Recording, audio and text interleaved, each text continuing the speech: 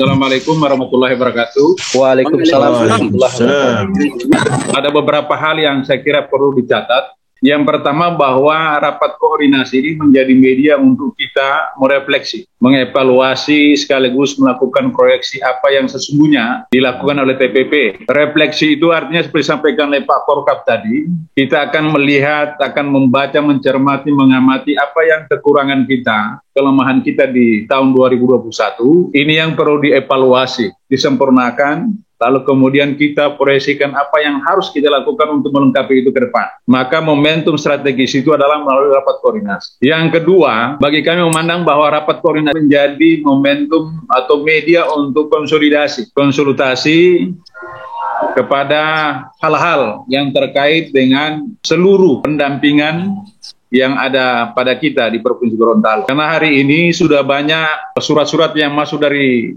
pusat yang perlu harus kita tindak lanjuti. Bukan berarti bahwa semua surat atau isi surat itu kontennya sudah bisa kita pahami secara totalitas. Masih ada sebagian, bahkan di tingkat kita sebagai tenaga ahli, masih ada juga yang belum begitu paham, sehingga perlu harus ada koordinasi, ada konsultasi. Itu yang kedua. Yang ketiga adalah rapat koordinasi ini menjadi media informasi dan komunikasi antara para pendamping, antara para pimpinan, antara Korcam, antara PD, PLD, bahkan TA. Saling memberi informasi terkait dengan perkembangan yang kita lakukan di lapangan terkait dengan pendampingan. Lalu kemudian ini kita komunikasikan dengan baik. Kita bisa mendapatkan solusi apa persoalan-persoalan yang kita hadapi di lapangan. Ini rapat koordinasi yang penting. Yang keempat adalah rapat koordinasi menjadi media untuk kita menyatukan visi, persepsi, bahkan interpretasi kita. Contohnya misalnya terkait dengan Perpres 104, kemudian PMK 190 dan Permen Desa.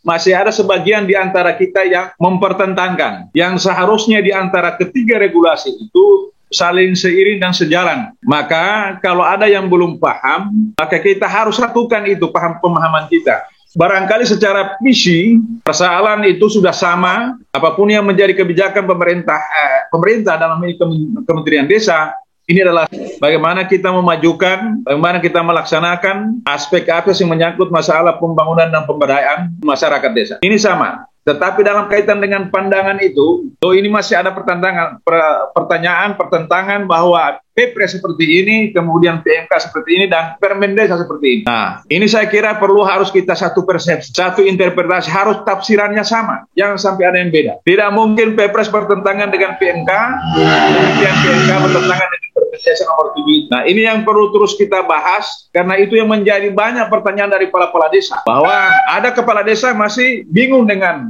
Perpres. Nah, ini ada kontribusi pemikiran dari kita, jangan sampai kita berbeda.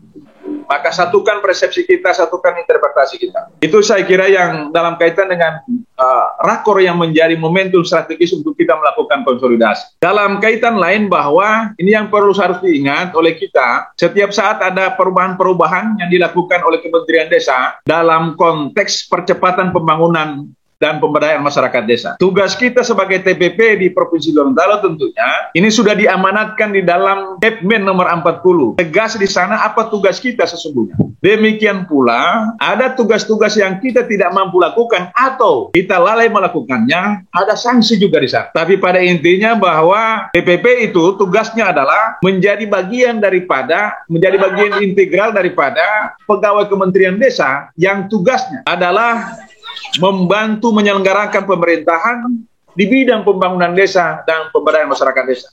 Itu yang harus diingat. Kita ada bagian daripada pegawai itu yang membantu menyelenggarakan pemerintahan di bidang pembangunan dan pemberdayaan masyarakat desa. Saya kira itu beberapa hal yang ingin kami sampaikan. Terima kasih. Wallahumma muwaffiq ila aqwamit thariq. Wassalamualaikum warahmatullahi wabarakatuh. Waalaikumsalam.